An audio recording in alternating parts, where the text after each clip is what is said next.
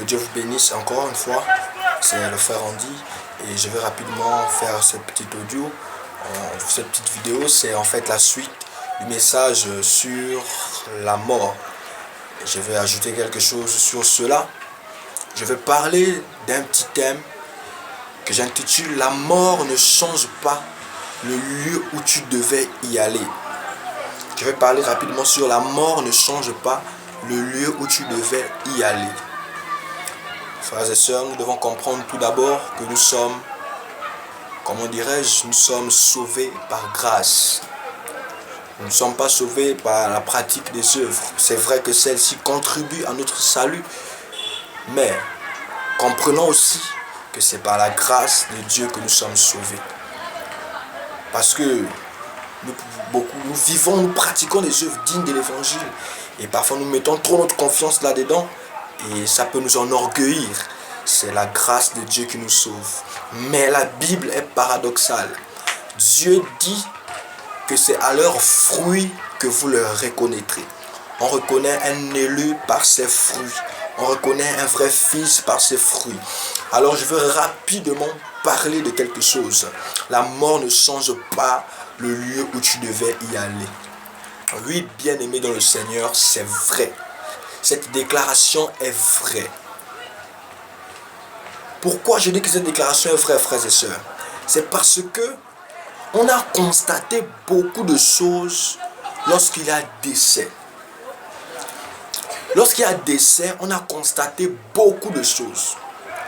Quelqu'un qui toute sa vie a insulté Dieu, s'est moqué des chrétiens, toute sa vie qui a blasphémé. Mais le jour de sa mort, on invite l'église. Le jour de sa mort, on fait la messe des recueils. Le jour de sa mort, on va verser l'encens, on va bénir le cercueil. On va bénir le corps. Mais toute sa vie, il ou elle a blasphémé Dieu, a insulté Jésus. Mais le jour de sa mort, on va quand même reconnaître que non, c'était Dieu est bon. Frères et sœurs, Dieu est bon lorsque tu vis, il est bon aussi lorsque tu ne vis plus. Il reste bon. Pourquoi il n'était pas bon lorsque tu vivais et il devient bon lorsque tu meurs? Il faut revenir dire en esprit à tes parents que ne faites pas les messes. Parce que là où je suis là, c'est plus bon. Mais oui. Parce que là où je suis, c'est plus bon. On a constaté que la mort rend les gens sains. Et lorsque quelqu'un meurt, frère, c'est vrai, on doit toujours, lorsque quelqu'un meurt, c'est une réalité même biblique. On doit toujours apporter le bon témoignage. Le bon témoignage. Enfin, mais ne rendez pas les gens sains. Ne rendez pas les gens sains. Abraham a eu des erreurs, c'est vrai. Lorsque Paul a écrit le témoignage d'Abraham, Paul n'a parlé que du bien de Abraham. Il a dit qu'Abraham était le père selon la foi. Mais Abraham a eu des erreurs. Paul pouvait raconter les erreurs d'Abraham, mais il n'en a pas raconté. Abraham est mort fils de Dieu. Fils de Dieu. Mais aujourd'hui, la mort rend même les païens saints. Et quelqu'un qui ne pratique même pas l'église, on va inviter les pour faire venez bénir, venez prier, venez faire ceci. La mort ne changera pas le lieu où tu iras. Si ta vie était impure, une vie remplie de blasphème, une vie remplie d'impureté, une vie remplie de saleté, de la boue de ce monde, ne pense pas que la bénédiction d'un certain évêque, d'un certain pape, et même la prière d'un pasteur changera ta dette. Non, ça ne changera pas. Le malheur rend les gens sains. Oh non, c'était une jolie fille, elle était bien, et ceci, elle forniquait. Elle forniquait.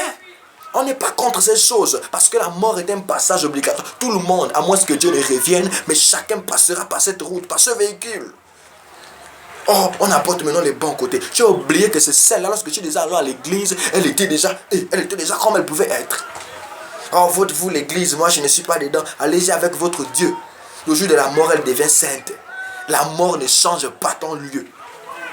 C'est pourquoi je vais dire à un chrétien que si tu as la vie de Dieu en toi, ne crains plus la mort. La mort ne changera pas le lieu de ta destinée. Vaut mieux quitter la terre où par erreur tu peux encore tomber dans le péché et aller dans la gloire. Vaut mieux quitter cette terre et aller déjà auprès du Père. Parce que là-bas, c'est déjà en sécurité. Mais ici, il y a encore des tentations, il y a encore des souillures.